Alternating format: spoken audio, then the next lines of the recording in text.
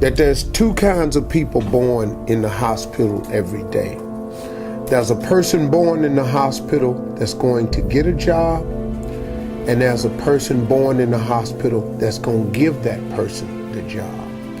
You have to decide along the way which one you're going to be. You can be a leader, but a leader is a developed set of skills.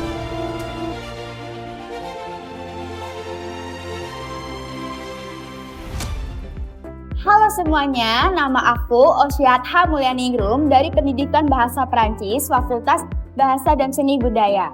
Di video ini, aku akan membahas tentang kepemimpinan, bukan hanya dari teori, tetapi dari pengalaman langsung saat aku menjadi leader atau memimpin di tim YSO yang menjual perhiasan lapis emas dalam kegiatan Wirausaha Merdeka tahun 2024.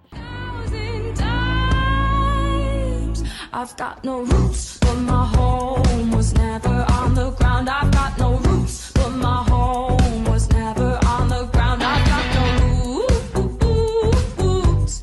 I've got no roots. I've got no roots, but my home.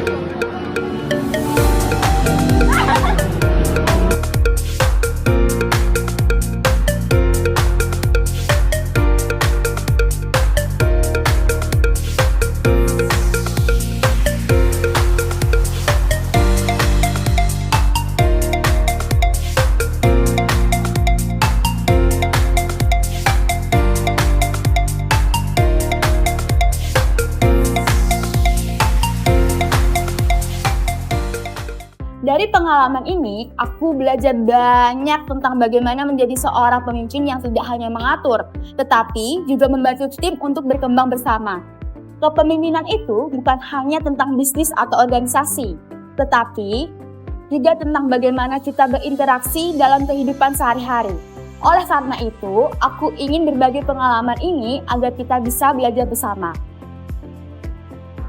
Kepemimpinan bukan hanya tentang posisi atau jabatan, tetapi lebih kepada bagaimana kita memengaruhi orang-orang di sekitar kita seperti dikatakan oleh John Maxwell. Leadership is influence, nothing more, nothing less. Saat mengikuti Wirausaha Merdeka, aku bertanggung jawab sebagai pemimpin tim. Dalam prosesnya, aku menyadari bahwa seorang pemimpin tidak hanya memberikan arahan, tetapi juga harus menciptakan lingkungan yang mendukung anggotanya, berkontribusi dan berkembang. Dari pengalaman ini, aku menyadari bahwa pemimpin yang baik bukanlah yang paling pintar atau paling kuat, tetapi yang mampu membuat timnya merasa aman dan percaya diri untuk mencapai tujuan bersama. Tentunya, memimpin sebuah tim tidak selalu berjalan mulus. Ada beberapa tantangan yang aku hadapi selama acara Wirausaha Merdeka. Di antaranya, yang pertama, perbedaan cara kerja dan opini. Setiap anggota tim memiliki gaya kerja yang berbeda. Tantangan terbesar adalah menyatukan semua perbedaan ini agar tetap produktif. Yang kedua, menjaga motivasi tim. Dalam sebuah proyek jangka panjang, semangat tim bisa naik turun. Sebagai pemimpin, aku harus memastikan bahwa semua anggota tetap termotivasi dan merasa dihargai. Yang ketiga, mengambil keputusan dengan cepat. Dalam situasi tertentu, kita tidak memiliki banyak waktu untuk berpikir lama. Misalnya, ketika ada kendala teknis atau perubahan strategi mendadak, aku harus bisa mengambil keputusan yang tepat dengan cepat.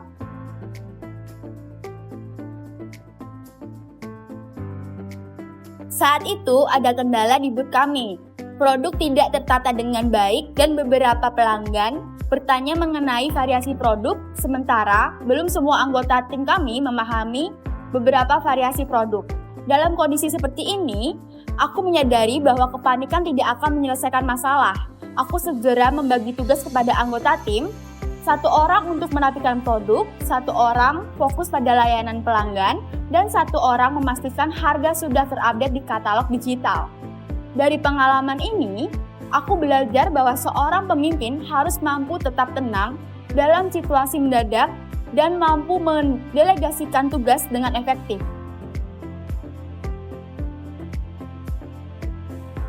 Dari pengalaman aku di Wirausaha Merdeka, aku menemukan 3 prinsip utama yang menurutku sangat penting dalam kepemimpinan. Yang pertama, komunikasi yang jelas dan transparan.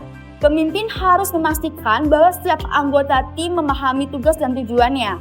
Komunikasi yang terbuka sangat penting untuk menghindari kesalahpahaman. Yang kedua, memberikan kepercayaan kepada tim. Seorang pemimpin tidak harus selalu mengontrol segala hal. Justru, dengan memberikan kepercayaan kepada anggota tim, mereka bisa lebih bebas dalam berkreasi dan bertanggung jawab atas tugasnya. Dan yang ketiga, menjadi contoh bagi tim. Kepemimpinan bukan hanya soal memberikan instruksi, tapi juga tentang memberikan contoh yang baik. Jika ingin tim bekerja dengan disiplin dan semangat, maka pemimpin harus menunjukkan hal yang sama terlebih dahulu. Dari pengalaman ini, aku menyadari bahwa kepemimpinan bukan soal bakat alami, tetapi tentang kesediaan untuk belajar dan berkembang. Banyak orang merasa takut menjadi pemimpin karena khawatir akan melakukan kesalahan. Namun, justru dari kesalahan itulah kita bisa belajar dengan menjadi lebih baik. Selain itu, aku juga menyadari bahwa menjadi pemimpin bukan hanya berarti harus selalu berada di depan. Kadang, pemimpin juga harus mendukung tim dari belakang, memastikan mereka bisa maju dan berkembang bersama. Jadi, itulah pengalaman aku mengenai kepemimpinan di acara Wirausaha Merdeka. Sekian dari saya, terima kasih.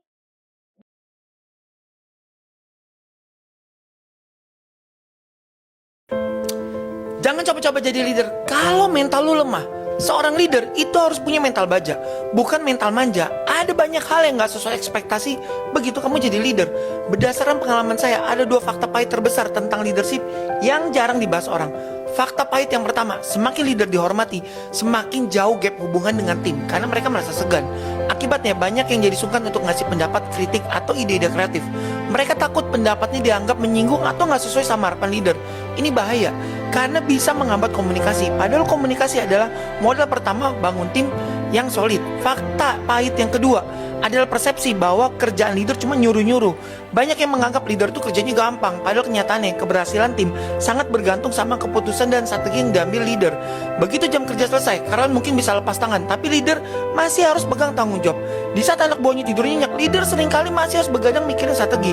Ironisnya, di saat leader dituntut untuk selalu memahami dan mendukung timnya, seringkali dia sendiri yang paling sering disalahpahami oleh orang lain.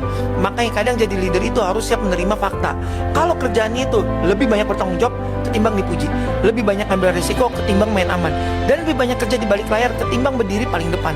Ingat, leadership itu seni mengelola tekanan, bukan lari dari masalah.